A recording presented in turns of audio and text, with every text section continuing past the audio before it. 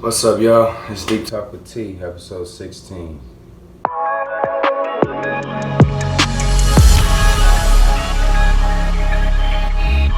Today's episode is on Stoicism and default dispositions. I was on set yesterday, all day in the sun, and someone asked me at one point, "How are you so stoic?" And for those of you who don't know what Stoicism is and what it means to be stoic, there's a rootedness to it, and there's a serenity to it. So on a day where you're on set and everybody is under some sort of stress because of the heat and because of the demands on whatever you're doing. It doesn't have to be acting, it doesn't have to be on set or production. It could be summertime two-a-days, the demands of getting ready for the season and the heat of that. It could be anything. It could be when the heat isn't actually on from the sun or from an actual physical source, but the heat is on as far as a deadline or pressure. Any type of stressful situation that does not make it easy for you to be rooted and have a sense of serenity. That is usually when Stoicism is seen as Stoicism. It's not usually seen as Stoicism if there is no pressing circumstances or nothing that is adding any sort of stress to the organism, that is remaining rooted and has a sense of serenity or is reflecting a sense of serenity. And everybody has a default disposition. When I got into meditation, I became aware of that. The very first homework assignment that we had was to become aware of any default responses that we might have to anything. Not to try to change them or alter them, but to just become aware of them if we were able to. And I noticed that whenever I would drop something or something happened that I wasn't anticipating and didn't want to happen, that I would say, "Damn it," or "God damn it." And just by being aware of that, just by becoming aware of that, I started to move past the verbalization of my frustration and started to move into proactivity in action. So if I were to drop something, I would immediately go to catch it, as opposed to say "damn it" or have anything get in the way of a solution-based response. So everybody has default dispositions towards things, and they come out in the tiniest of moments and they come out in the biggest of moments. You're training yourself all the time to create a certain disposition. If you have a disciplined disposition, across the board, everything in your life is affected by that.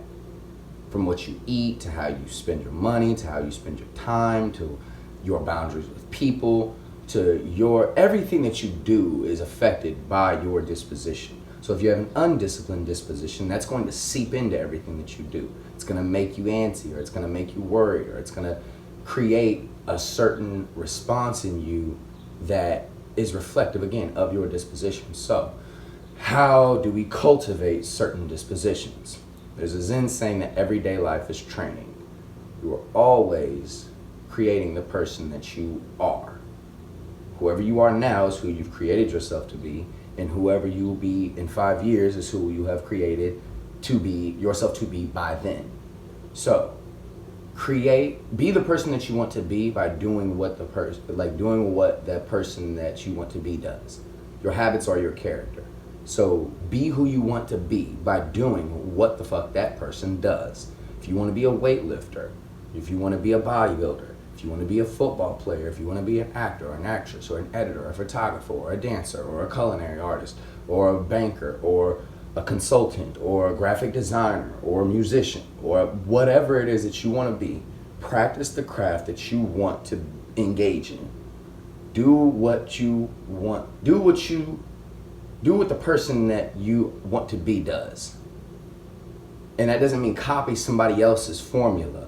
That means in your own uniqueness, looking at who you are and reflecting on your own individuality, on what your desires are, what you're being given from above in terms of vision, in terms of inspiration and instincts and intuition. Using all that and saying, okay, this is what I have to do to be who I want to be. There's a sense of presence always about that, though, because you are never not in the now. So how do you create something that you want to be, as in future tense? Well, you're only going to be able to be a certain thing in the present. I didn't always have abs, or I was always pretty skinny, but I didn't always have a certain amount of cuts, or have a certain amount of definition, or have a certain amount of mass. I had to build those things. You have to build anything that you want to be. But it's a process that you inflict yourself upon. That's why I said stimuli and response in the last video. Everything is acclimation. So you create, your body is going to respond to whatever stimuli you give it. Give it the stimuli that will create or allow for the responses that create the person that you want to be. That is the simplest way to become who you want to be, and do what it is that you want to do. And your disposition for anything, again, is going to affect across the board everything that you do. So it doesn't just have to be a sense of stoicism that you carry with you. It can be a sense of fire. You can be I am a very fiery person.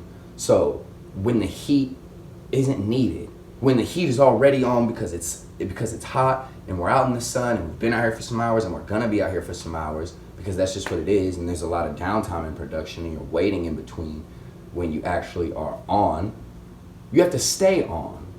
Or you have to be able to stay on in a way, even if it's not full game mode, even if when you come to the sidelines, you take a breather. And then when you go back in the game, you get your head back in the game and psyched in. You still stay in the game. Even if you're not fully amped up for the next play as if you were the one running it, or the next show as if you're the one doing it, or as if you're the next rush as if you're the one doing whatever it is that you're doing that is causing a sense of heightened awareness or necessitating a heightened sense of awareness, you still have a sense of onness to you. So applying these things to your individual circumstances is where it all comes back to. Deciding who you want to be. Do you want to be someone who is seen as disciplined, who is seen as stoic, who is seen as able to take a heightened amount of stress and deal with it? That doesn't mean that you're boring, bland, dull, any of that shit. I'm an extremely animated, intense person who brings a lot of fire to the table, a lot of fucking energy. I don't need any coffee ever, and that's just what it is. You being who you are doesn't mean that you have to be that same way, but holding yourself to a certain level of discipline and a certain standard of behavior, a certain accountability to your behavior, that is what creates the person that you want to be. And what is that standard of behavior, that accountability? It is your vision for yourself. It is who you want to be. When you look at how you're talking to yourself and how you're behaving and how you talk to other people and how you behave in the world, is that who you want to be? If you were to play that back to yourself, is that who you want to be? Deep, and being really fucking honest with yourself. And if it's not, you have to change. You have to take incremental steps to change that. Induce different stimuli. You'll get a different response. Much love, y'all. Get after it.